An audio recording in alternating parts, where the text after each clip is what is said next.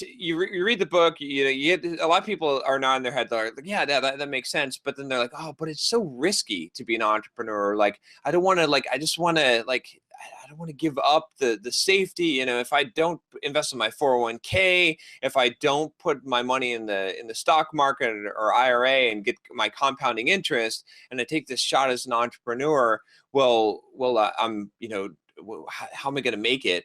What do you think about that, the risk? Because I think a lot of people, I mean, I think you got to have risk in order to make money, but Sure. what do you think about that, as far as, like, is this advice you could give to everyone, is what I guess what I'm saying?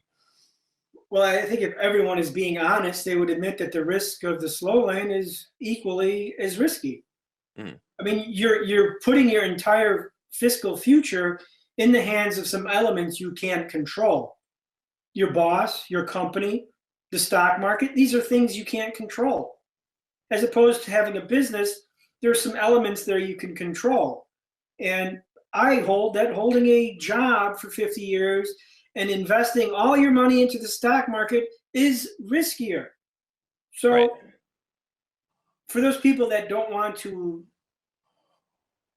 they don't want to acknowledge that risk, I can't help them. I mean, they can continue to do what they want to do and take that risk. And I'm here to tell you that the risk is identical or worse in the slow lane. Now, as far as starting a business, that is something that has to be treated, like I said, baseball. Right. You're gonna strike out a few times. It's not, entrepreneurship as a career is not something that you try. It's Right. something that you live. Exactly. You're Yep. going to strike out. You're going to follow. You're going to make some, failures and whatnot.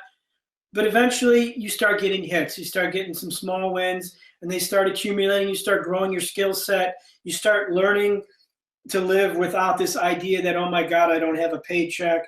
It's just about a different way of living, and that's kind of what I start going into in my other book, the next book, Unscripted, is deviating from that script. We're all sold that script since the moment we've been put into education and start going to school Monday through Friday. We're Right. given this script that we need to go get a job, go to college, graduate, finance a 30-year mortgage, because that's what the script tells you to do. Right.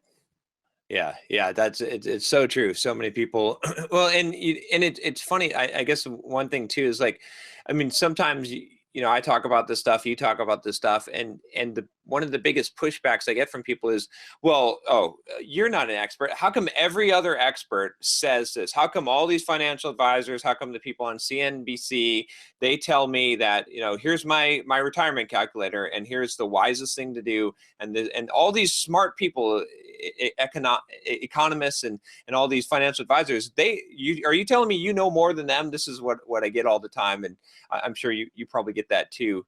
But you do. Yeah. I mean, you're living by, you are leading life.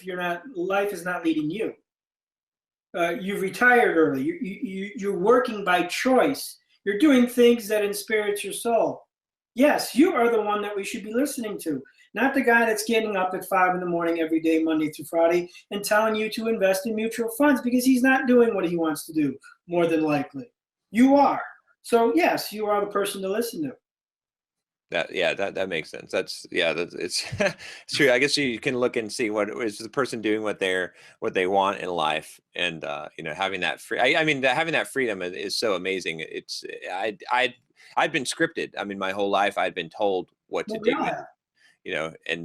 I didn't know there was another way.